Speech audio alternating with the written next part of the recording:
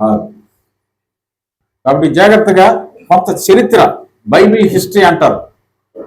యేసుక్రీస్తు వారు చనిపోవడానికి గల కారణం, ఎలాగున ఆయన చంపివేయబడ్డారు అనేటువంటి కొన్ని విషయాలు మీకు తెలియజేయాలని, ముఖ్యంగా వాక్యాన్ని ప్రకటించేటువంటి వారిని సిలువలో యేసుక్రీస్తు వారు పలికిన 7 మాటలు మీరు వివరిస్తూ ఉంటారు కదా, 6, 7 మొత్తానికి ఆ మాటలు మరి వివరించేటువంటి వారు మీరు శ్రద్ధగా ఇవి విని భద్రపరుచుకొని అటు రీతిగా దేవుని వాక్యాన్ని ఉన్నది ఉన్నట్టుగా ప్రకటించుటకు ఏదో మన నోటుకు వచ్చింది, మన ఆలోచన చేసింది కాకుండా కొంత చరిత్రను మనము తెలుసుకుని మాట్లాడినట్లయితే దానికి ఒక విలువ ఉంటుంది. చాలాసార్లు మనం దేవుని వాక్యాన్ని వింటున్నాం, యేసుక్రీస్తు వారు చేసినటువంటి బోధలు వింటున్నాం, యేసుక్రీస్తు వారు చేసిన అద్భుతాలను మనం వింటూ ఉన్నాం. ఇవన్నీ మనం ప్రతి వారము ప్రతిరోజు, అమ్మ వెనకాల ఉన్నటువంటి వారు కనబడుతుందా? నాకు ముగ్గురే కనబడుతున్నారు, మిగతా వాళ్ళు కనబడట్లేదు, ఉన్నారా? Very good. కాబట్టి ప్రతి వారం ఇంట్లో ఉన్నాము. ఆదివారం, బుధవారం, శుక్రవారం ఎప్పుడైతే మనకి దేవుని వాక్యం అందించబడుతుందో ప్రతి సమయం మందు వింటూ ఉన్నాం, ప్రార్థన చేస్తున్నాం. అక్కడేమో సాల్వను మైక్ పట్టుకొని కేకలేస్తూ ఉంటాడు, ఇక్కడేమో శైలిగా మైకులు పట్టుకొని కేకలేస్తూ ఉంటుంది. దేనికి? ఆరాధన. ఈ జోసెఫ్ చూస్తేనేమో రాత్రి అనక పగలనక కష్టపడి క్యాష్ పడతా ఉంటాడు. శాంతారావు గారు బ్యాంక్ నుంచి ఇంటికి వెళ్ళడం దేవుడు తిన్నగా చర్చకు వచ్చేసి వాక్యం బోధించి వెళ్ళిపోతూ ఉంటారు. పుష్ప ఏమో బండి వేసుకొని తిరుగు అని అక్కడి నుంచి అక్కడికి వచ్చేస్తూ ఉంటుంది. మీరేమో మీ పనులు ముగించుకొని పాస్ట్ గారు శనివారం వస్తే శనివారం ప్రార్థన, ఆదివారం వస్తే ఆదివారం ప్రార్థన పెడతా ఉంటారు మీ గృహాల్లో. ఇడ్లీలు అయితే ఇడ్లీలు, గారెలు అయితే గారెలు, బూరెలు అయితే బూరెలు, పులిహోర అయితే పులిహోర, భోజనం అయితే భోజనం, ఏమంటే ఏదైతే అది పెడతా ఉంటారు. మీ ధనాన్ని వెచ్చిస్తూ ఉంటారు. ఏమండి ఇలాగ మరి 10 రూపాయల నుంచి 25,000 వరకు కానుకలు ఇస్తూ ఉంటారు. రకరకాలైనటువంటి కార్యక్రమాలు దేవుని సన్నిధిలో మీరు చేస్తూ ఉంటారు. పని వదిలిపెట్టి ప్రార్థనకు వస్తారు. శారం మీద ఇంటికి వెళ్ళిపోయిందా? మళ్ళీ ఇంకొకరికి తోడు.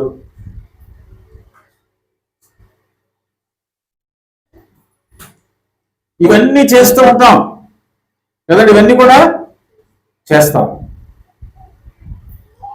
చేసి ప్రార్థన చేస్తూ ఉంటాం. ఏమైస్తారు? ఉపవాసాలు ఉంటాం. ఆకలి వేసినా, దాహం వేసినా, ఏదేసినా తిండి తిప్పలు లేకుండా ఉండవా? మరి ఇవన్నీ చేస్తూ ఉన్నారు కదా. నిజంగా యేసుక్రీస్తు వారు మీ కొరకు చనిపోయారా?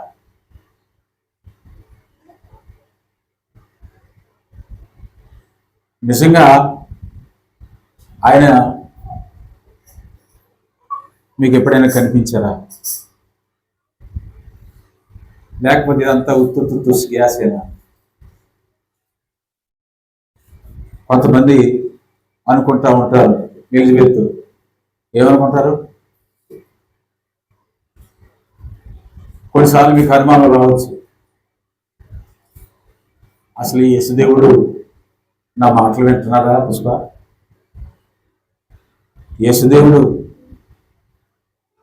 నా బాధలు తీరుస్తూ ఉన్నాడా? యేసుబాబు నా మాటలు పట్టించుకుంటున్నాడా? అవునమ్మా, అసలు ఉన్నాడా అనేటువంటి అనుమానాలు చాలా మందికి వస్తాయి. ఆ దేవుడే నా వైపు చూస్తే నా బతికెందుకు ఎలా ఉంటుంది లావణ్య? ఆ దేవుడే ఎలాగుంటే మా జీవితాలు ఎందుకు ఎలాగుంటాయి అని అనుకుంటున్నావేమో.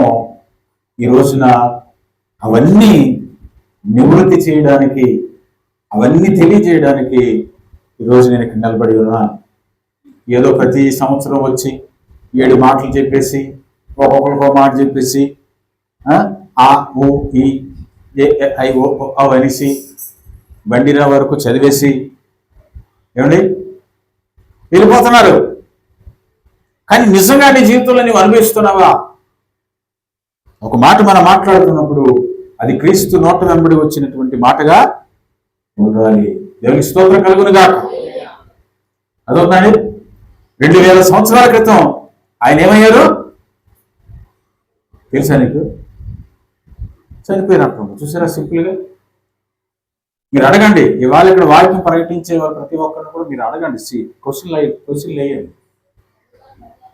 విడమా వేయండి క్వశ్చన్లు. ఇక్కడ ఏమి నిలబడి మాట్లాడుతున్న క్వశ్చన్లు వేసేయండి. మీరేం పని అందరూ దేవుడికి తెలిసినట్టు బోధించేస్తున్నారు కదా. తెలుసుకోవాలా వద్దా? తెలుసుకో. ఈ రోజున ఈ విషయాలు నివృత్తి చేయడానికి కనీసం 1 గంట టైం నేను తీసుకుంటాను. గంట తర్వాత 6 మాటలు ఉంటాయి. ఏ అనకండి. అప్పుడు రెడీ.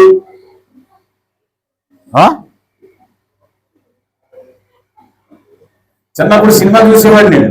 సినిమాలకు వెళ్ళి 1 గంటన్నర అయిపోతే కూడా అప్పుడే అయిపోయింది అనుకునేవాడిని. అట్లా గంట అనగానే ఎవరన్నారు అని ఇవేనా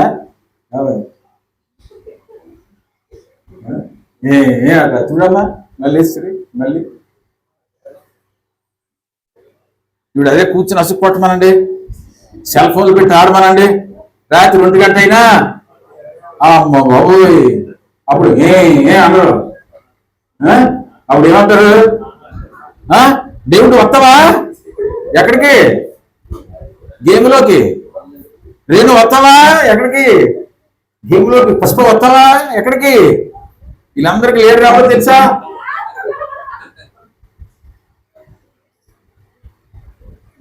వాక్యం వారు బోధించాలి. ప్రశ్నలు లేండి. మీరేం పర్లేదు. ప్రశ్నల వర్షం కురిపించాడు.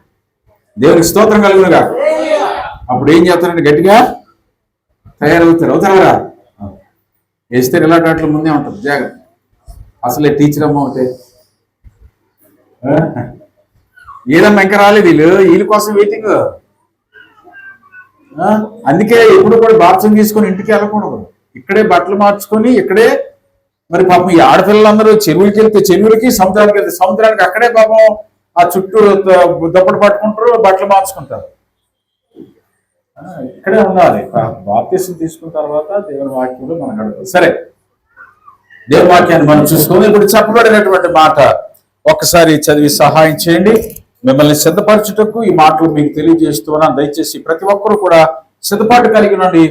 యేసుక్రీస్తు వారు అసలు ఎలాగున ఆయన మరణించబడ్డారు, ఆయన గురించినటువంటి చరిత్ర, దీన్ని బైబిల్ హిస్టరీ అంటారు. అంటే బైబిల్ యొక్క చరిత్ర, పరిశుద్ధ గ్రంథంలో ఉన్నటువంటి ఆ విషయాల కొరకు ఒక చరిత్ర మీకు క్లుప్తంగా తెలియజేయాలని ఆశపడుతున్నాను. దానిని బట్టి మీకు క్రీస్తు ఎవరు, ఆయన నిజముగా మన కొరకు వచ్చారా, నిజముగా ఆయన మరణించారా అనేటువంటి విషయాలు మీకు నేను తెలియజేయాలని ఆశపడుతూ ఉన్నాను. ఒకసారి ఆ మాట చదవండి. యేసుక్రీస్తు వారు ఎలా అంటున్నారు? తండ్రి, వీరు ఏమి చేయుచున్నారో వీరు ఎరుగరు గనుక వీరిని క్షమించమని చెప్పాను. అందరూ ఉన్నారండి? సంఘస్థులు అందరూ ఇక్కడ ఉన్నారు? అందరూ? ఎవరెవరు లేరు? ఎవరెవరు లేరు చెప్పు మా కుమారి. శైలజ, శ్రావణి, ఇంకా భవాని, ఇంకా చారమ్మ, ఇంకా జనార్దన్, ఇంకా అంతేనా? వీళ్ళు కావద్దు. తర్వాత చదవమ్మా.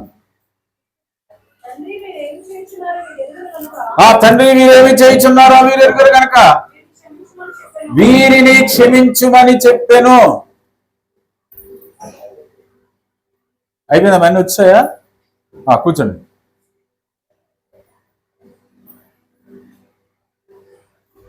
ఆపే, నువ్వు వాక్యం విను. అదే స్విచ్ ఆఫ్. Very good. వినాలి, అందరూ వినాలి. బయట ఉన్నారు కూడా వినాలి. ఎవరు అటు ఇటు చూడకుండా మధ్య మధ్యలో మిమ్మల్ని లేపుతా ఉంటాను. అర్థమవుతుందా? ఎవరిని విడిచిపెట్టే ప్రసక్తి లేదు ఇవాళ.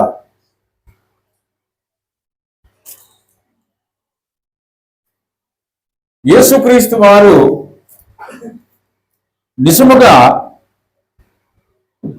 మానవుల కొరకు తను మరణించారా అనేటువంటి విషయము చాలా మందికి ఇప్పటికీ రహస్యముగానే మిగిలిపోయింది. ఆ యొక్క రహస్యమును బహిరంగము చేయడానికి కొన్ని విషయాలు మాత్రం మీకు తెలియజేస్తాను. అన్ని చెబితే చాలా సమయం పడుతుంది కాబట్టి కొన్ని విషయాలు మీరు మాత్రం వాక్యము మాటలు చెప్పేవారు మాత్రం 10 నిమిషాల నుంచి పావు గంట లోపు ముగించాలి. మీరు గంటల ప్రసంగాలు చేస్తే అవ్వదు. ఓకేనా? ఎంత? 10 to 15 minutes అదవుదండి. దయచేసి గుర్తుపెట్టుకోండి. మొట్టమొదటిగా ఒక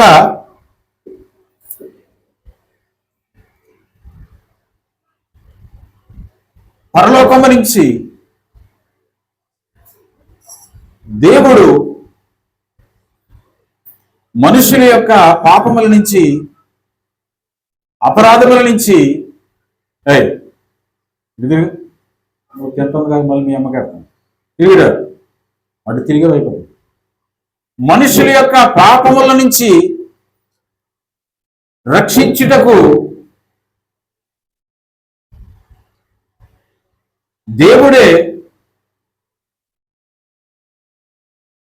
నరుడుగా ఈ లోకానికి వచ్చారు అనేటువంటిది సత్యం కదండి. అది అందరికీ మనకు తెలుసు. ఎలా తెలుసు?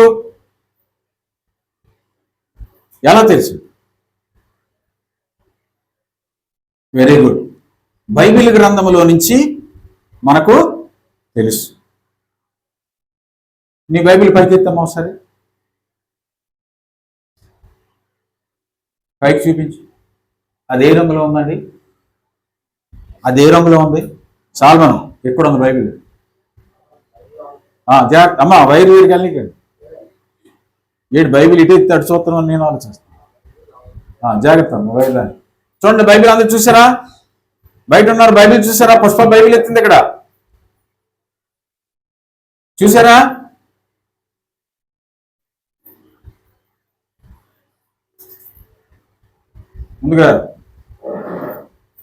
ముందుకొచ్చి నువ్వు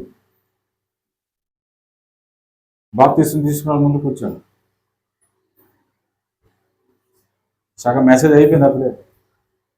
అదే అసలు అద్భుతమైన మెసేజ్.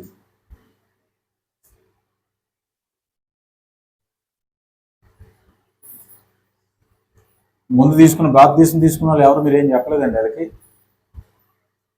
ఎస్తేరు, చారమ్మ, రూతు, రానమ్మ, రాజమ్మ, మల్లమ్మ, శ్యామలమ్మ, అందరూ అమ్మలే. భవానీ అమ్మ చెప్పాలి కదా. బాప్తిసం తీసుకున్న తర్వాత వెళ్ళకూడదమ్మా, ఇక్కడే ఉండాలి, ఇక్కడే మనం వస్త్రాలు మార్చుకోవాలి, వీలైతే తెల్ల వస్త్రాలు కట్టుకోవాలి చెప్పారా? ఎవరు మాకెందుకుగా. రైట్. కాబట్టి బైబిల్ ఎత్తమ్మా పైకి. ఇక్కడ పుష్ప బైబిల్ పైకి ఎత్తింది. అందరికి కనపడుతుందండి? అనుకోతలు ఉన్న వాళ్ళకి అందరికి కనపడుతుందా? కనపడదు. కొంతమందికి కనపడిందమ్మా? చెప్పండి, కనపడిందా? ఆ బైబిల్ ఏ రంగులో ఉంది? అందరూ చెప్పాలి. ఏ రంగులో ఉంది? నలుపు రంగులో ఉంది, బ్లాక్ కలర్ లో ఉన్నది కదా. లోపల ఏ రంగులో ఉంది? తెల్లగా ఉంది కదండి. పాపులమైనటువంటి మనలను నలుపు అనేటువంటి చీకటిలో నుంచి వెలుగు అనేటువంటి తెలుపు రంగులోకి ఆయన మనల్ని మార్చివేశాడు. దేవునికి స్తోత్రం కలుగును గాక. బయట ఉన్నది చీకటి, అదవుతుందండి. దానికి అర్థం ఎవరంటే మనమే. ఆయన వాక్యము ద్వారా మనల్ని ఆయన తెల్లగా చేసి ఉన్నాడు, అంటే పాపం నుంచి ఆయన విడుదల చేసి ఉన్నాడు. దేవునికి స్తోత్రం కలుగును గాక. అందుకనే యోహాను సువార్త 1వ అధ్యాయంలో అంటాడు కదా, ఆది యందు వాక్యము ఉండెను, వాక్యము దేవుడై ఉండెను. ఆ వాక్యమే దేవుడై ఉండెను. చూసారా? ఆ వాక్యం ఎవరట? దేవుడు. నల్లగా ఉన్నటువంటి మన జీవితాలను, చీకటిలో ఉన్నటువంటి మన జీవితాలను, భయంకరమైనటువంటి పాపము బ్రతుకులో ఉన్నటువంటి మన జీవితాలను, లోకం అనగా ఆ నలుపరముగా బయటకు కనబడుతున్నటువంటి ఆ లోకములో నుంచి విడిపించి బాప్తిస్మం అనబడేటువంటి రక్షణ ద్వారా ప్రభువు తెల్లని కాగితం వలె ఆయన మనల్ని చేస్తూ ఉన్నాడు. అదే పరిశుద్ధ గ్రంథానికి ఒక అర్థము. దేవునికి స్తోత్రం కలుగును గాక. అందుకనే బయటలో మనము తెరిచి ఆ యొక్క వాక్యమును తెరిచి మనం ఏం చేస్తుంటే చదువుతూ ఉంటాము, చదివి జ్ఞానమును కలిగి జీవిస్తూ ఉంటాము. ఇందాక నేను అడిగాను, పరలోకం నుంచి యేసుక్రీస్తు వారి లోకానికి ఎలా వచ్చారు నీకు ఎలా తెలిసిన అడిగితే ఎస్తేర్ అంటుంది బైబిల్లో నుంచి తెలుసుకున్నామండి. దేవునికి స్తోత్రం కలుగును గాక. నిజమే కదా, మనకు ప్రామాణికము, మనకు మూలము కదండి, మనకు తెలియజేయబడేటువంటి గ్రంథము ఏదైనా ఉన్నదంటే యేసుక్రీస్తు వారి కోసం అది ఒకే ఒక్క గ్రంథము, బైబిలు గ్రంథము. దేవునికి స్తోత్రం కలుగును గాక. అది లేకపోతే యేసు ప్రభు కోసం గాని దేవుని కోసం గాని మనము తెలుసుకొనా లేదు. అంటే మీకు తెలిసినటువంటిది మాత్రమే. ఇప్పుడు నాకు తెలిసినటువంటి చరిత్ర మీకు తెలియజేస్తాను. అర్థమవుతండి? నాకు తెలిసిన చరిత్ర మీకు తెలియజేస్తాను. కొన్ని నిమిషాలు జాగ్రత్తగా వినండి, జాగ్రత్తగా ఆలోచన చేయండి. ఎందుకంటే యేసుక్రీస్తు వారు నిజముగా ఈ లోకానికి వచ్చారా? Question mark. యేసుక్రీస్తు వారు నిజముగా మన కొరకు మరణించారా? ప్రశ్న. యేసుక్రీస్తు వారు నిజముగా అద్భుతములు మన పట్ల చేయగలరా? Question mark. ఇవన్నీ కూడా నివృత్తి చేస్తాను ఒక గంటలో. దయచేసి జాగ్రత్తగా వింటూ ఉండండి. చెబుతూ ఉన్నాను, త్వరగా నేను ముందుకు వెళుతూ కొన్ని ఇంపార్టెంట్ విషయాలు తెలియజేస్తూ ఉంటాను. ఒక ఆయన అమెరికా నుంచి ఇండియాకి సువార్త ప్రకటించడానికి పిలువబడ్డాడు. ఒక పెద్ద దైవజనుడు పిలువబడి 3 దినాలు అద్భుతముగా దేవుని వాక్యాన్ని ప్రకటించి 3 దినాలు యవనస్తుల కూడికలో పాలుపంపులు పొంది ఆఖరి రోజున ఆయన కార్యక్రమం ముగించుకొని వెళ్ళిపోవాలి. వెళ్ళిపోతూ ఉన్నప్పుడు ఆయన ఒక ఆల్టర్ కాల్ ఇచ్చారు. ఆల్టర్ కాల్ అంటే ప్రార్థనలన్నీ అయిన తర్వాత మీరు ఎవరైనా రక్షించబడతారా, బాప్తిసం తీసుకుంటారా, ప్రభువుని నమ్ముకుంటారా, వాక్యమును విన్నారు కదా, అటువంటి వారు ఎవరైనా ఉంటే ముందుకు రండి అని పిలిచేటువంటి దాన్ని ఏమంటారు? Altar call. అంటే ముందుకు పిలుచుట. దేవునికి స్తోత్రం కలుగును గాక. మీరు ముందుకు రండి అని చెప్పుట. అలాగా ఆయన ఆఖరిలో ఆల్టర్ కాల్ ఇచ్చి ఒక రాయ ఒక పీట మీద పెట్టి దాన్ని అనేక మందికి ప్రదర్శిస్తూ ఉన్నాడు. ఆయన అనేక మందికి ప్రదర్శిస్తుంది. దీన్ని ఒక రాయ, ఇంత రాయి తీసుకొని ఒక పీట మీద పెట్టారు. పీట మీద పెట్టి అందరినీ ముందు పిలిచి ఒకసారి ఆ రాయిని తాకి వెళ్ళిపోండి అని చెబుతూ ఉన్నాడు. చెబుతూ ఉన్నప్పుడు చాలా మంది వినపడుతున్నాను కదా వాళ్ళకి, వినండి, ఈ మాటలు మళ్ళీ మీకు దొరకవు. ఆ వెళ్ళిపోతూ వస్తున్నటువంటి యవనస్తులందరూ కూడా రాయిని తాకుతూ ఉన్నారు, వెళ్ళిపోతూ ఉన్నారు, రాయిని తాగుతూ ఉన్నారు, వెళ్ళిపోతూ ఉన్నారు, రాయిని తాగుతూ ఉన్నారు, వెళ్ళిపోతూ ఉన్నారు. కొంతమంది ఉంటారండి, కొంతమంది ఉంటారు ఈ పుష్పాలు అది తాగితే నచ్చదు. ఒకడు వచ్చాడట, దాన్ని తాకి వాసన చూసాడట. ఏం చేశాడు? తాకితే తృప్తి లేదు తనకి, తాకితే తృప్తి లేదు, వాసన చూడాలనుకున్నాడు, వాసన చూసాడట. అందుకే పుష్పాలు వాసన చూసాడు. వాసన చూసిన సరిపోతే నాకేడట. ఏం చేశాడు అంటే రుచి చూడాలి. అందరూ వచ్చి దాన్ని తాకి వెళ్ళిపోతుంటే ఈయన చేశాడు, వాసన చూసి రుచి అనుకుంటారు. అప్పుడు ఆ దైవం అడుగుతున్నట్ట, ఏమయ్యా అందరూ వచ్చి తాకి వెళ్ళిపోతున్నా, నువ్వేంటి వాసన చూసి నాగుతున్నావు అని అడిగాడు. అడిగితే ఇదేదో విచిత్రంగా ఉందండి, ఈ రాయి ఏదో విచిత్రంగా ఉంది, అందుకే అలాగా తాకాలనిపించింది అని అన్నాడు. అప్పుడు ఆయన చెప్పాడట, ఈ రాయి ఎక్కడదో తెలుసా అన్నాడు. ఎక్కడది అంటే సందమామ మీద నుంచి తీసుకొచ్చిన రాయి. చెప్పండి కూడా దేవుని కొందనాలు చెల్లించు. తాకి వెళ్ళిపోయినాడు అదృష్టవంతుడా, నాయకుడు అదృష్టవంతుడా? ఆ రుచి చూసినోడే అదృష్టవంతుడు. చూసారా అందరూ ఏం చేశారు? తాకి ఈ రాయి ఎక్కడి నుంచి వచ్చింది?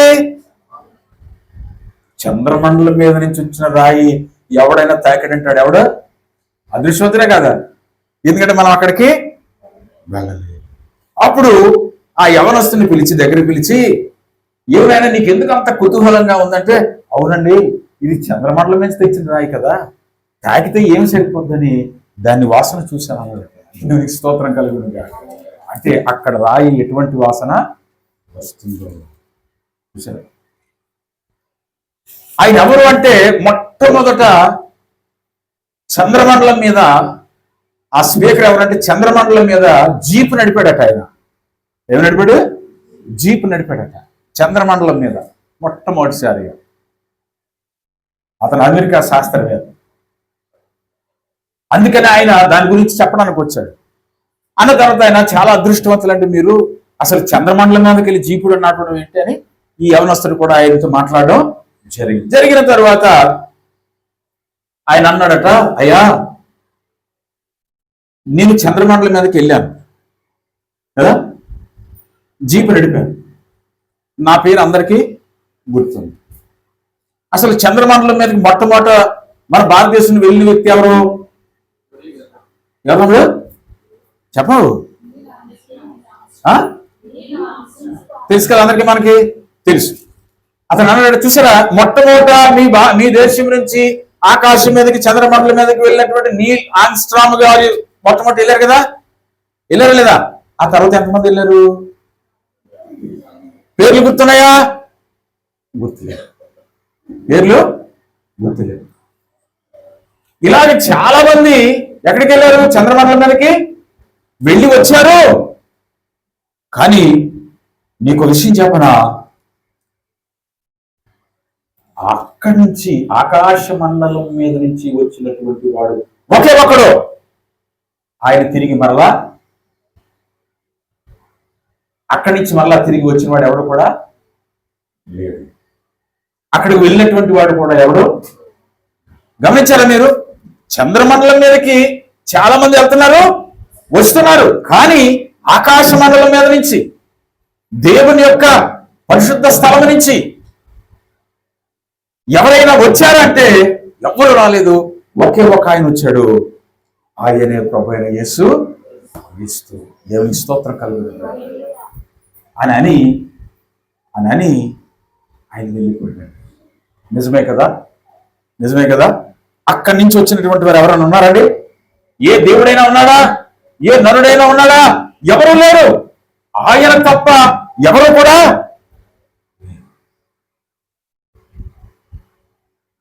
అయితే ఇప్పుడు ఒక బాగా చదువుకున్నటువంటి ఒక వ్యక్తికి ఈ మాటలు విన్న తర్వాత, బాగా చదువుకున్నాడట. ఇప్పుడు మా అందరిలో బాగా చదువుకున్న వాళ్ళు ఎవరున్నారు చెప్పండి, చేయొద్దండి. ఎవరు లేదా? చదువుకున్నావు నువ్వు పీజీ చదువుకొని ఇక్కడ కీబోర్డ్ కొట్టడానికి వచ్చి ఇక్కడ మా వాళ్ళు చాలా మంది రాలేదు, చూసావా? వచ్చారా? చాలా మంది లేదు. నువ్వు పీజీ చదువుకొని ఇక్కడ చేతులు కట్టుకొని కీబోర్డ్ కొట్టడానికి వచ్చావు. మీ నాన్నగారు ఎకరాలు సంపాదించేశారు ఏమా, కానీ నువ్వు ఇక్కడ చేతులు కట్టుకొని సేవకుల ముందు ఏం చేస్తున్నావు? కీబోర్డ్ కొడుతున్నావు. చాలా మంది రారండి మేధావులు. ఎంత చదువుకున్నాడు? పీజీ చదువుకున్నాడు, పోస్ట్ గ్రాడ్యుయేషన్ చదువుకొని. మీలాంటి యవనస్తులు చాలా మంది పిల్లలు ఉన్నారు కదా, వాళ్ళకి పాఠాలు చెప్తున్నాడు ఆయన. కానీ సేవకురాల ముందు సంఘం ముందు చేతులు పెట్టుకొని ఎంత బుద్ధిమంతుడిలా కూర్చున్నాడు చూసారా? చప్పట్లు కూడా దేవుని కొందరు చెల్లించండి.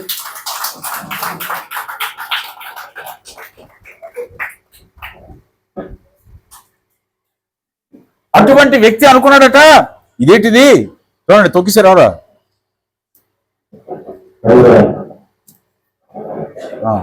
చాలండి. హల్లెలూయా.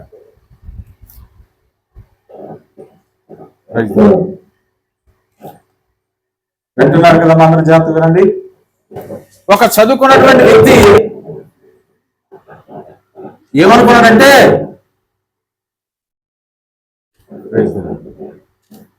మీరు వదిలేనమ్మా, ఎందుకు అవుతున్నావు? మీరు ఎవరైనా ఆడించాలని తర్వాత ఇంటికి తీసుకెళ్ళి ఆడించుకోండి.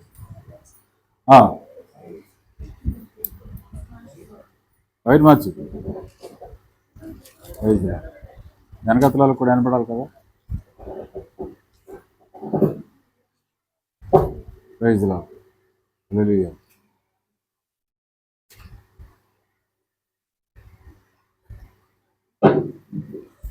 హల్లెలూయా. Very good. ఎక్కడి వరకు వచ్చాం? బాగా చదువుకున్నటువంటి వ్యక్తి అన్నాడట, అసలు యేసుక్రీస్తు వారు నిజముగా వచ్చాడా? ఆశ్చర్యంగా తన జీవితంలో అనుకున్నాడు ఆయన. యేసుక్రీస్తు వారు నిజముగా ఈ చరిత్రను రాసుకున్నాడు తన పుస్తకంలో. ఒక లండన్ యవనస్తుడు, లండన్ దేశంలో ఉన్నటువంటి ఒక యవనస్తుడు ఈ పుస్తకంలో రాసుకొని తన దాని మీద అధ్యయనం చేయడం మొదలు పెడితే అతనికి ఒక గ్రంథపు చుట్ట దొరికిందట. దేవునికి స్తోత్రం కలుగును గాక. ఎప్పుడో తెలిసినా ఒక గ్రంథపు చుట్ట దొరికిందట. అది ఎక్కడ దొరికిందంటే ఆయన ఒక పుస్తకములో చదువుకున్నాడట. అది నిజముగా ఉన్నదని, అది ఎలాగ దొరికిందో ఆ పుస్తకంలో రాయబడి ఉందట. అది ఎలాగ దొరికిందో ఆ పుస్తకంలో రాయబడి ఉందట. ఏమండి? క్రీస్తు పూర్వము, ఆ క్రీస్తు శకము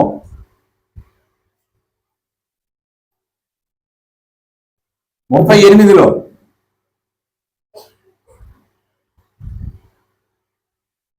ఒక యవనస్తుడు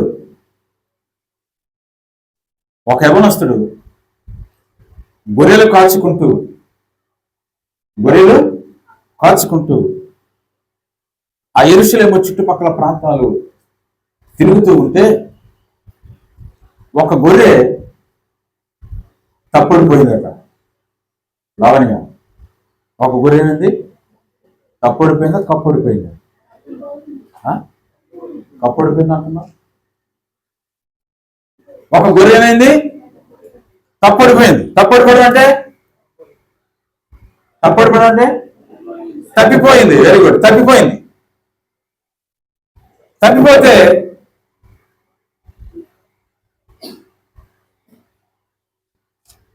ఆ గొర్రెను వెతకడానికి ఈ యవనస్తుడు ఆ చుట్టుపక్కల ప్రాంతం అంతా కూడా, వినండి, చుట్టుపక్కల ప్రాంతం అంతా కూడా వెతుకుతా ఉన్నాడట. మళ్ళీ మీకు ఈ విషయాలు ఎవరు చెప్పరండి, జాగ్రత్తగా వినండి, శ్రద్ధగా వినండి.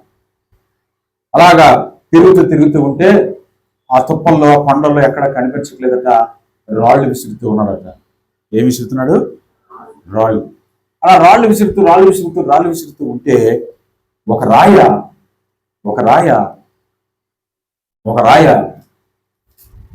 ఒక దగ్గర పడి ఎంతో కొండ మీద ఎంతో లోపలికి వెళ్ళిపోయినట్టుగా శబ్దం వచ్చిందట. ఆ రాయ ఎంత రాళ్ళు విసురుతున్నాడట. పాపం రాయ శబ్దానికి బయటికి ఆ గొర్రె వస్తుందేమో అని, ఎక్కడైనా ఉంటే, లేదా అరుస్తుందేమో అని కదా. ఇవన్నీ కూడా గొర్రెలు కాచేటువంటి టెక్నికల్ అనమాట. దేవునికి స్తోత్రం కలుగునుగా. నేను కూడా గొర్రెనే కదా, మీరందరూ ఎవరు? సారీ, నేను కాపరనే కదా, మీరందరూ ఎవరు? గొర్రెలు. అప్పుడప్పుడు మీకు కూడా నేను ఏమి విసురుతుంటానో? రాళ్ళు విసురుతుంటాను. అప్పుడు మీరు ఏం చేస్తుంటారు? నా మీద అరుస్తూ ఉంటారు కదా, కేకలు కనబడుతూ ఉంటాయి. అలాగే గొర్రెల మీద ఈ కాపర్ ఏం చేస్తున్నాడు?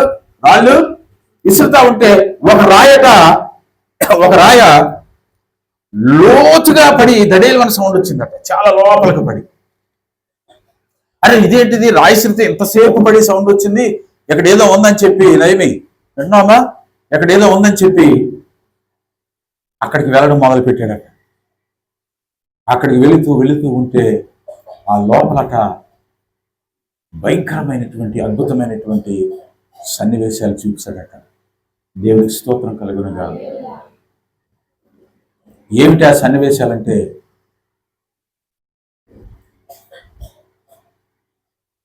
క్రీస్తు శకము 38లో జరిగినటువంటి చరిత్రని 1948 ఫిబ్రవరి 16వ తారీఖున రాసుకోండి. ఫిబ్రవరి 16వ తారీఖున ఈ యవనస్తుడు చూశాడట. దేవునికి స్తోత్రం కలుగునుగా. ఎప్పుడు? ఫిబ్రవరి 16, 1900. మన భారతదేశం స్వతంత్రం ఎప్పుడు వచ్చింది చూసారా? దగ్గర దగ్గర అదే సంవత్సరము. ఆ సంవత్సరంలో ఈ యవనస్తుడట ఆ యొక్క సొరంగాన్ని కనుగొనడట. ఆ సొరంగంలో ఉన్నటువంటి ఏంటో తెలుసా? యెషయా గ్రంథము 53వ అధ్యాయము అతనికి కనిపించిందట. ఏమండి, తర్వాత ఎదురుగలండి, కంగారు పడకండి, ఇంకా బోల్డ్ స్టోరీ ఉంది మధ్యలో. ఇది చెబితేనే కానీ అది అర్థం కాదు. ఫిబ్రవరి ఎప్పుడు 16, 1948 కనిపించి ఆ ఎల్ని చూస్తూ ఉంటే అతనికి ఒక చుట్ట దొరికిందట. చుట్ట అంటే పీల్చుకునే చుట్ట కాదు. ఏ చుట్ట? ఏ చుట్ట అండి? గ్రంథపు చుట్ట.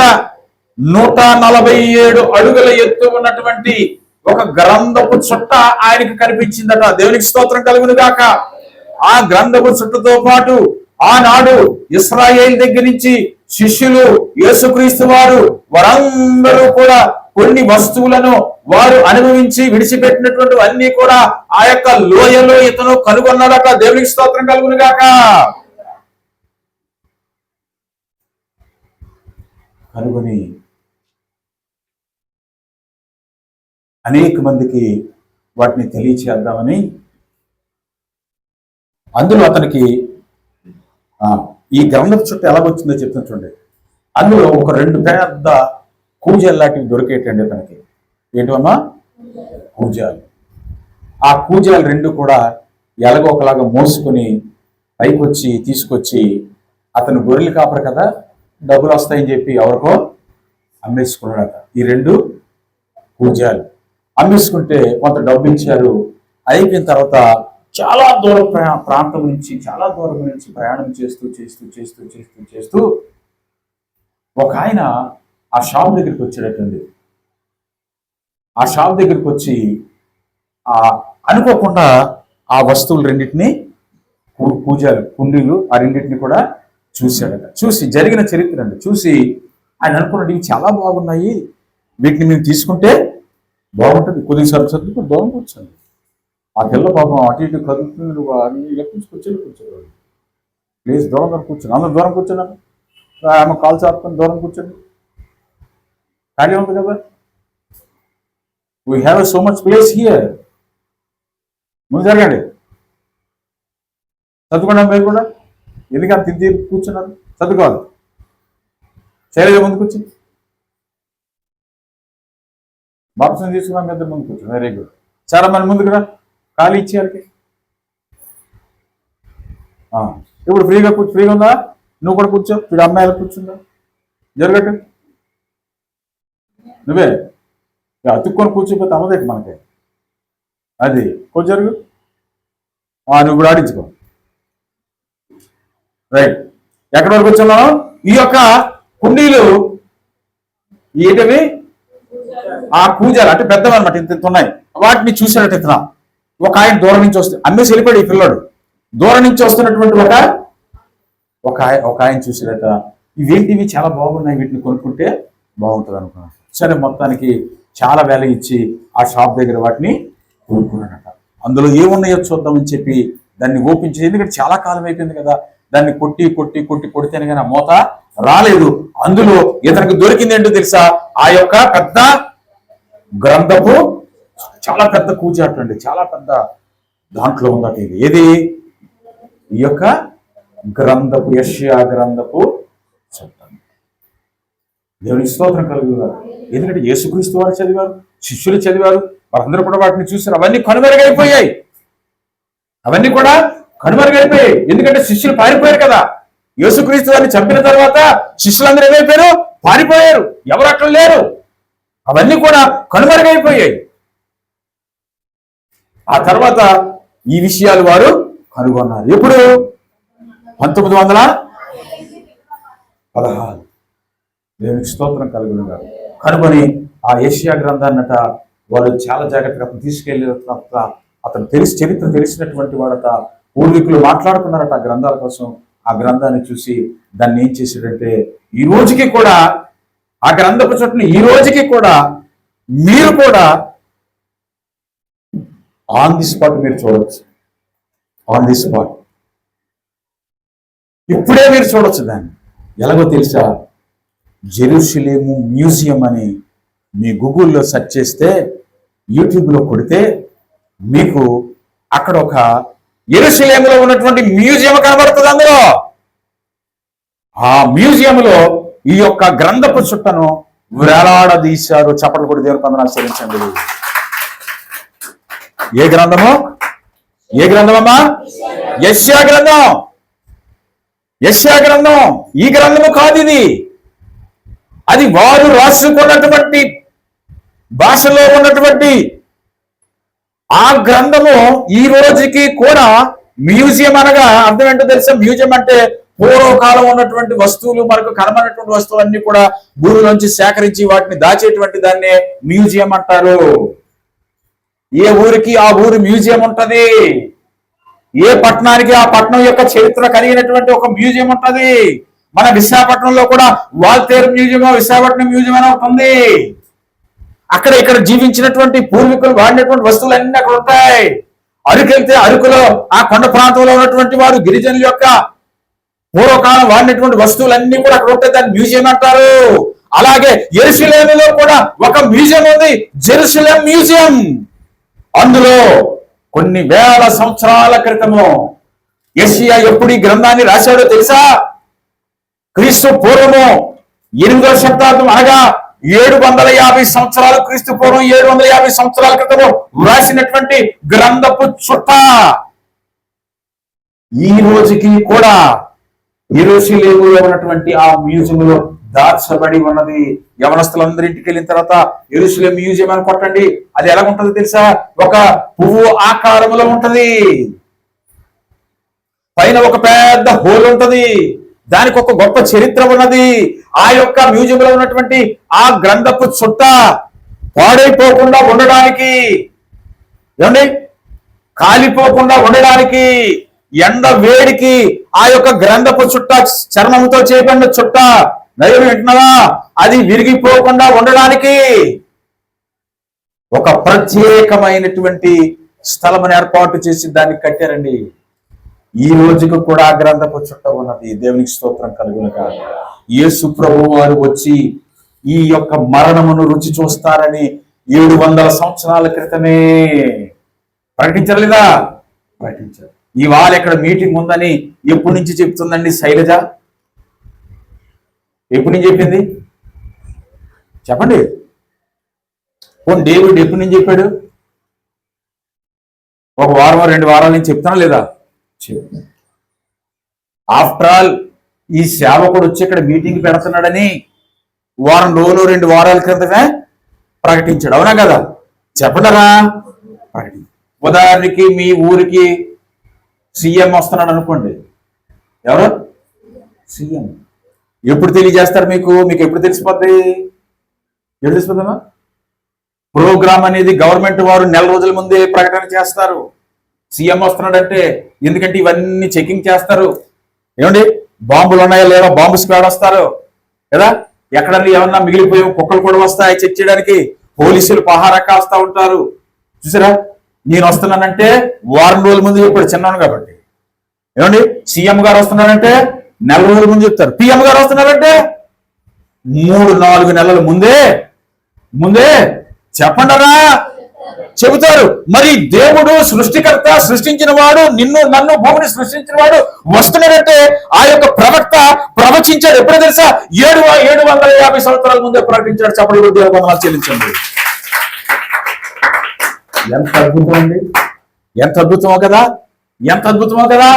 అప్పటికి ఎవరికి తెలియదు వస్తాడని 700 సంవత్సరాల క్రితమే ప్రకటించాడు. నేను వస్తున్నానంటే వారం రోజుల ముందు ప్రకటించాడు. సీఎం వస్తున్నాడంటే 1 రోజుల ముందు ప్రకటించారు. పిఎం వస్తున్నాడంటే 4 నెలల ముందు ప్రకటించారు. నా యేసయ్య వస్తున్నాడంటే 750 సంవత్సరాలు. ఎందుకంటే ఆయన ఎవరు? దేవుడు కాబట్టి.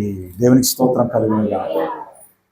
ఆ గ్రంథ పురుషత్వంలో రాయబడినటువంటి మాటలు ఎంత పవిత్రమైనవి, ఎంత అమూల్యమైనవో చూడండి. అదే మాటలు 53వ యెషయా గ్రంథం 53వ అధ్యాయంలో జోసెఫ్ మనం ఏం చేస్తున్నాం? చదువుకుంటున్నాం. దేవుని స్తోత్రం కలుగుతుంది. ఒకసారి చదవండి ఇప్పుడు మాటలు. మేము తెలియజేసిన సమాచారం ఎవరు నమ్మెను? యెహోవా బాహువు ఎవరికి బయలుపరచబడెను? లేత మొక్క వలెను, ఎండిన భూమిలో మొలిచిన మొక్క వలెను పెరిగెను, అతడికి స్వరూపమైనను. ఏమండి, 750 సంవత్సరాల క్రితమే ఆయన శిలువలో ఎలాగ మరణిస్తాడని ఎవరు రాశారు? యెషయా భక్తుడు ప్రవచించాడు. 2 వారాల క్రితమే ఇక్కడ మీటింగ్ జరుగుతాదని ఇక్కడ శైలజ, అక్కడ డేవిడ్ ప్రకటన చేస్తూ ఉన్నారు. దేవునికి స్తోత్రం కలుగును గాక. సీఎం గారు వస్తే నెల రోజుల ముందు నుంచే ప్రకటన చేస్తారు. పిఎం వస్తే 4 నెలల ముందే ప్రకటన చేస్తారు. అదే బిల్ క్లింటన్ ఎక్కడికి అమెరికా దేశం నుంచి ఒక వచ్చినట్లయితే, లేదంటే అమెరికా దేశం ప్రధాని వస్తే 1 సంవత్సరం ముందే ప్లాన్ తయారు చేస్తారు. అలాంటిది యేసుక్రీస్తు వారు దేవుని కుమారుడు రాబోతున్నాడని 750 సంవత్సరాల క్రితమే ఆయన వ్రాయించాడు గ్రంథంలో. దేవునికి స్తోత్రం కలుగును గాక. ఆయనకి ఏమి లేదట, స్వరూపమైనను సొగసైనను లేదు. ఆ 12 మాటలు, 12 వచనాలు కానీ 53 వచనాలు మనం చదువుకుంటే ఈ ఆరాధన అయిపోలేపు ఆ 12 వాక్యాల గురించి కూడా మీకు తెలియజేస్తానండి నేను. మొదటి మాట ఏంటమ్మా? ఆయనకి స్వరూపమైనను సొగసైన లేదట. ప్రియులరా, ఒక్క విషయాన్ని గుర్తు చేస్తాను. మా లూకాసు శుభవార్త 22వ అధ్యాయం ఒకసారి తీయండి, జాగ్రత్తగా వినండమ్మా. పిల్లలతో మీరు ఆడుకోవడానికి ప్రయత్నం చేయకండి. ఇక్కడ పిల్లలు కాదు మనకి సమస్య. యేసుక్రీస్తు వారు ఎలాగొచ్చారు ఈ లోకానికి, దాని మీద మనసు పెట్టండి. ఒక్క కొన్ని నిమిషాలు మాత్రమే. మీకు ఇప్పుడు నేను చెప్పబోయే మాటలు చాలా భయంకరంగా ఉంటాయి. చాలా సార్లు మీరు చదువుకున్నారు, కానీ ఇప్పుడు వినబోతున్నటువంటి మాటలు జాగ్రత్తగా వినాలమ్మా. నయం వింటున్నామా? ఒక వినబడిపోతే ముందుకు వచ్చి ఇక్కడ బాగా వినబడుతుంది.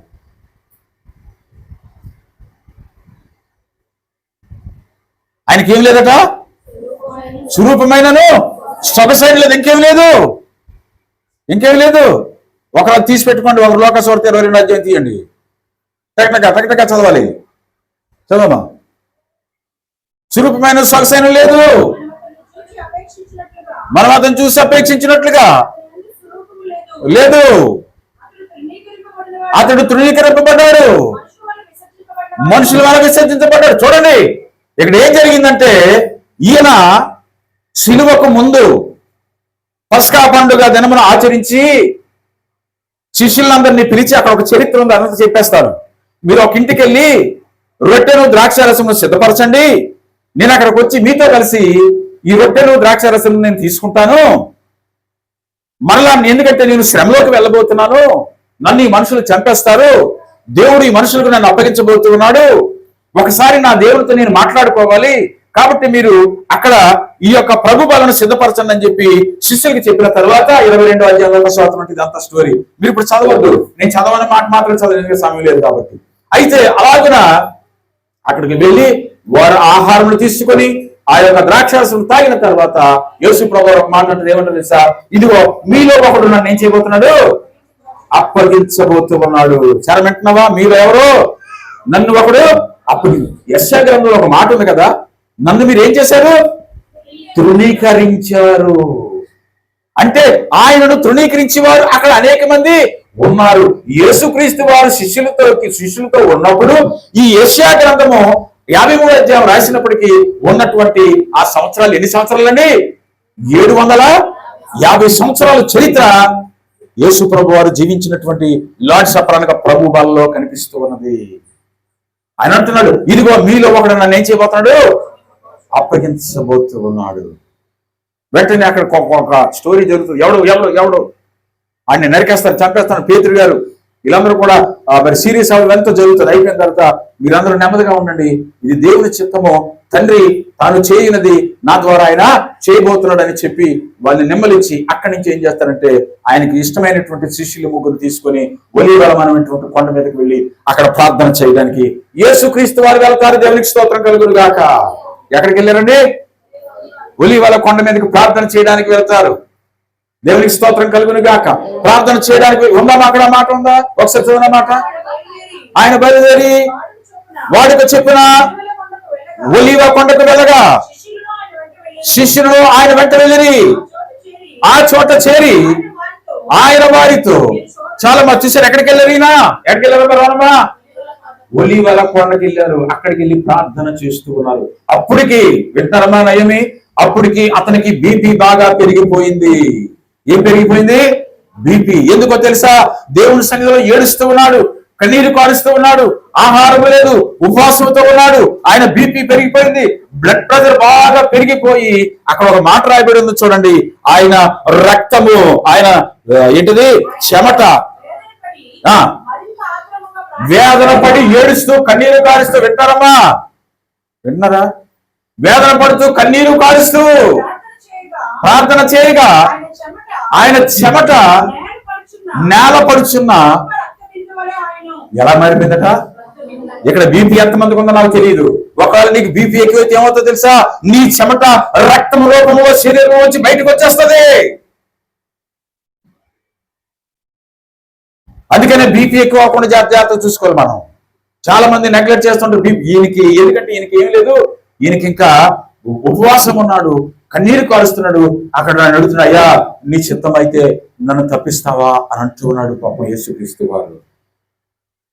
యెషయా అంటున్నాడు, మనుషుల చేత అతను ఏం చేయబడ్డాడట? తృణీకరించబడ్డాడు.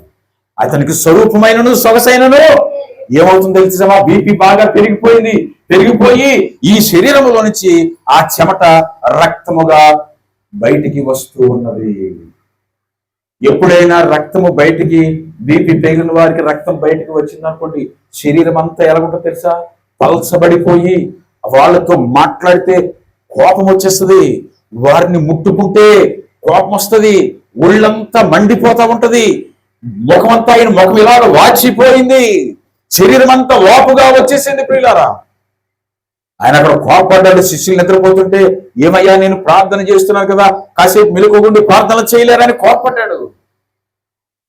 వెంటనే ఇది జరుగుతున్నటువంటి సందర్భంలో ఎవడైతే యేసుక్రీస్తు వారిని అప్పగించాలనుకున్నాడో వాడు అక్కడికి వచ్చి యేసుక్రీస్తు వారిని ముద్దు పెట్టి అప్పగిస్తాడు. నిజంగా ఆ ముద్దు ఎలా పెట్టాడు? వీడు దొంగ ముద్దు పెట్టాడు కదండి. ఆయన్ని పట్టించడానికి ఆయన ముఖం మీద ముద్దు పెట్టాడు.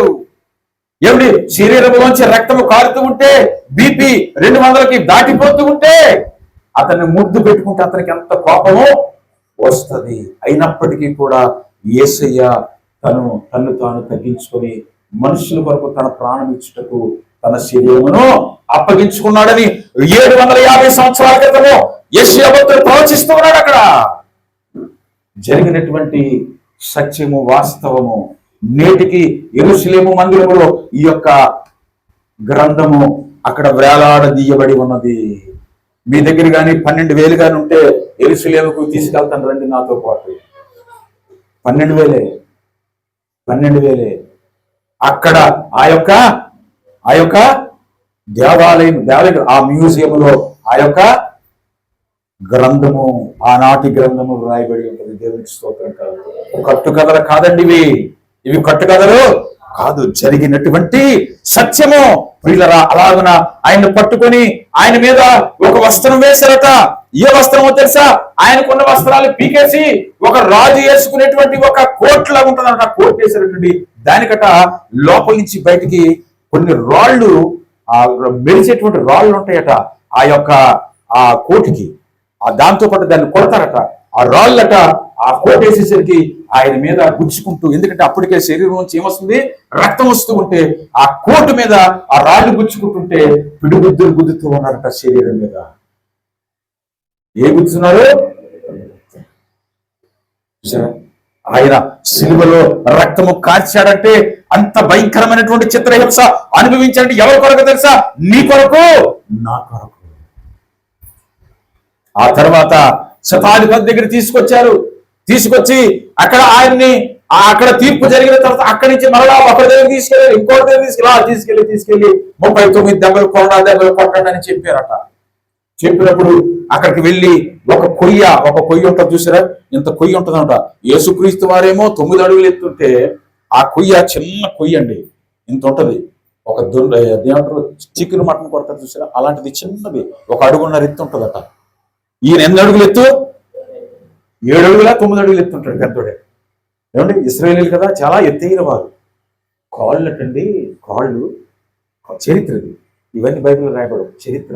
కాళ్ళు ఎలా చాపారండి, బట్టలు తీసేసి కాళ్ళు ఎలా చాపి చూడండి. ఒక మనుష్య కుమారుడు, మనుషుల కొరకు వచ్చినటువంటి వాడు కాళ్ళు ఎలా చాపి ఇలా పడుకోబెట్టాడు. 1.5 అడుగులు ఎత్తున్నటువంటి ఆ దుఃఖ మీద ఆయన్ని కాళ్ళు చాపారు. బట్టలు లేవటమ్మా వేసే, ఏం లేవు, తీశారు. ఎంత దుర్మార్గులు, ఎంత భయంకరమైనటువంటి ఆయన ఆ యొక్క శిలువ మరణం ఎంత భయంకరంగా ఉంది. నేను ఎంత సుఖాన్ని అనుభవిస్తున్నాం. 1 గంట ఇక్కడ కూర్చోలేం, 1 అరగంట ఇక్కడ కూర్చోలేం. మన కొరకు ఆయన పట్టబడి బాగా కాళ్ళు చాపారు, కాళ్ళు 2 చాపి పడుకోబెట్టి దేంతో కొరడాలటండి. కొరడాలకి 7 ఉంటాయట, 7 చీలికలు ఉంటాయట. ఒక చీలికట దుమ్ము ఉంటుందట. దుమ్ము చచ్చిపోతున్న జంతువులు దుమ్ము, మొక్క చేసిన దుమ్ము చాలా షార్ప్ ఉంటుంది. ఒక దుమ్ము ఉంటుందట. ఏమండి, ఒకదానికట ముళ్ళులు ఉంటాయట, మరొక దానికట గాజు పెంకులు ఉంటాయట. గాజు పెంకులు ఇలాగా 3 నిలబడ్డారటండి. ఎడం పక్క ఒకడు, కుడి పక్క ఒకడు, ముందులో ఒక నిలబడి ఇలా కట్టేసి ఉంచితే అతని శరీరం మీద ఇలా కొట్టి ఇలా తిప్పుతున్నారు. ఏం చేస్తున్నారు? శరీరం మీద కొట్టి తిప్పుతున్నారు. ఆ ముద్దలో శరీరం నుంచి బయటికి అంత ప్రయాసపడ్డమా యేసయ్య.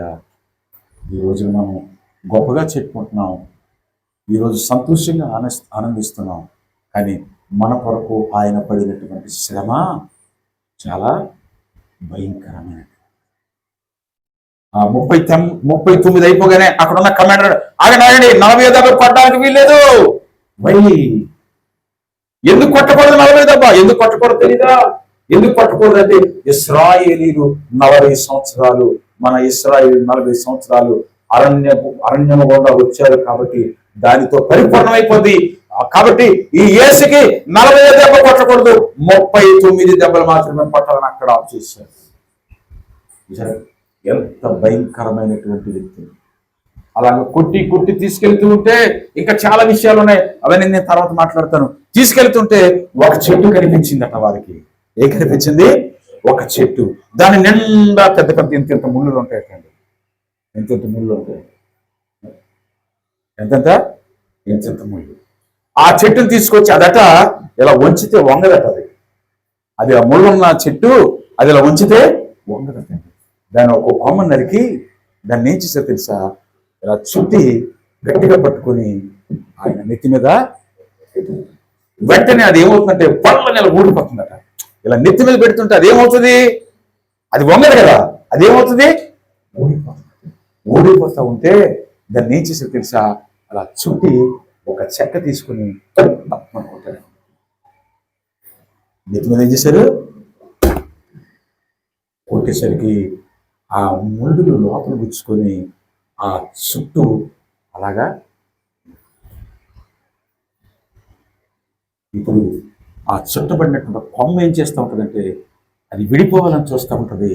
ఈ ముళ్ళేమో లోపల గుచ్చుకుంటుంది. యేసుక్రీస్తు వారు భయంకరమైనటువంటి శిలువ అనుభవించారు, శిలువ మరణం. చదవండి ఒకసారి యెషయా గ్రంథం 53, ఆ తర్వాత మాట చదవనమ్మా. భరించెను, వహించెను, మొత్తబడిన వారుగాను, దేవుని వల్ల బాధింపబడిన వారుగాను, శ్రమ నొందిన వారుగాను మనం అతనిని ఎంచితిమి. తర్వాత ఎవరి కోసమండి? ఎవరి కోసం? చాలా మన అతిక్రమణ క్రియలను బట్టి అతడు గాయపరచబడెను. ఆ కొమ్మేమో ఇలా ఊడిపోతూ ఉంటుంది, ఆ ముళ్ళేమో దాన్ని పట్టుకుని ఆయన శిరస్సును పట్టుకుని అలా గట్టిగా నిలబడుతూ ఉన్నాయి. ఎంత చిత్రహింస అండి. మొన్న ఈ లోపలికి ఇలాగ వచ్చానండి. ఈ లోపలికి వస్తే చిన్నది ఏదో గుచ్చుకుంది, నాకు చిన్న ముళ్ళు గుచ్చుకుంది, చిన్న ముళ్ళు. ఎంత నొప్పి వచ్చిందో ఆ రోజు రాత్రి. నువ్వేనా తీసావు? చిన్న ముళ్ళు గుచ్చుకుంది, కంటికి కూడా కనిపించలేదు. అలాగా జస్ట్ అలా చేయి పెట్టి అలా లాగి చాలాసేపు అలా చూసి లాగి, చిన్న ముళ్ళు గుచ్చుకుంటేనే ఎంత బాధపడుతున్నాం కదా. ఇన్ని దెబ్బలు, ఇన్ని శ్రమలు, ఇన్ని కష్టాలు పడినటువంటి యేసయ్యను మనం ఎంతగా ఆయన పూజించాలి, ఎంతగా ఆరాధన చేయాలి. శరీరములోంచి రక్తం ఏమవుతుంది?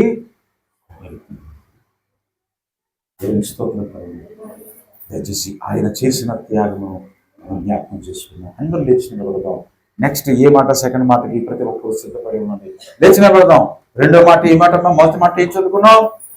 తండ్రి వీరేమి చేయించున్నారో వీరిని మరలా ఆఖరిలో నేను వస్తాను అనుకుంటా. ఈ సన్నివేశాన్ని ముగిస్తాను. ఇప్పుడు మరలా